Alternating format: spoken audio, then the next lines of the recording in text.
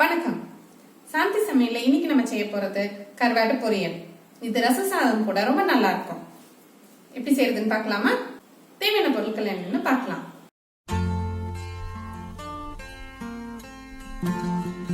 கருவாடு வதக்க தேவையான பொருட்கள்: 50 கிராம் கருவாடு நல்லா தண்ணியில ஊற வச்சு கழுவி எடுத்துக்கோங்க. 150 கிராம் சின்ன வெங்காயம் பொடியா கட் பண்ணிக்கோங்க. பச்சை மிளகாய் ஒரு 5. எக்ஸ்ட்ரா காரம் தேவைன்னா குழம்பு மிளகாய் பொடி எடுத்துக்கோங்க. ஒரு 10 பல் பூண்டு கட் பண்ணிக்கோங்க. தேவையான அளவு உப்பு எடுத்துக்கோங்க. கருவாடில் ஏற்கனவே உப்பு இருக்கும், அதனால் சுவைச்சி பார்த்துட்டு தேவைன்னா உப்பு போட்டுக்கோங்க. 1/4 டீஸ்பூன் மஞ்சள்தூள் எடுத்துக்கோங்க. வதக்குறதுக்கு நல்லெண்ணெய் எடுத்துக்கோங்க. கொஞ்சம் தாராளமாக எண்ணெய் விட வேண்டியது இருக்கும். கொஞ்சம் கருவேப்பிலை எடுத்துக்கோங்க. பாத்திரம் சூடானதும் எண்ணெய் விட்டுக்கோங்க. வெங்காயம் போட்டுக்கோங்க. எண்ணெயில் நல்லா வதக்கிக்கோங்க. பச்சை மிளகாவையும் போட்டுக்கோங்க. சேர்த்து வதக்கிக்கோங்க. இதோட பூண்டையும் போட்டுக்கோங்க.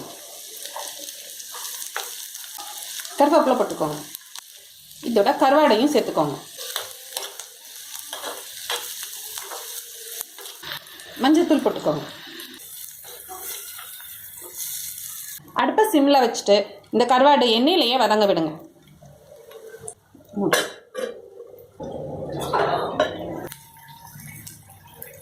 கருவாடு நல்லா வெந்துடுச்சு.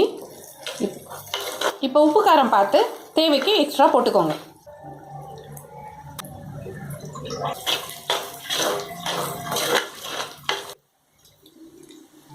கருவாடு பொரியல் ரெடி ஆயிடுச்சு. இப்போ அடுப்பை ஆஃப் பண்ணிடுங்க. சமைச்சு சாப்பிட்டு பார்த்துட்டு எனக்கு கமெண்ட் பண்ணுங்க. இந்த வீடியோ உங்களுக்கு பிடிச்சிருந்ததுன்னா லைக் பண்ணுங்க, ஷேர் பண்ணுங்க, சப்ஸ்கிரைப் பண்ணுங்க.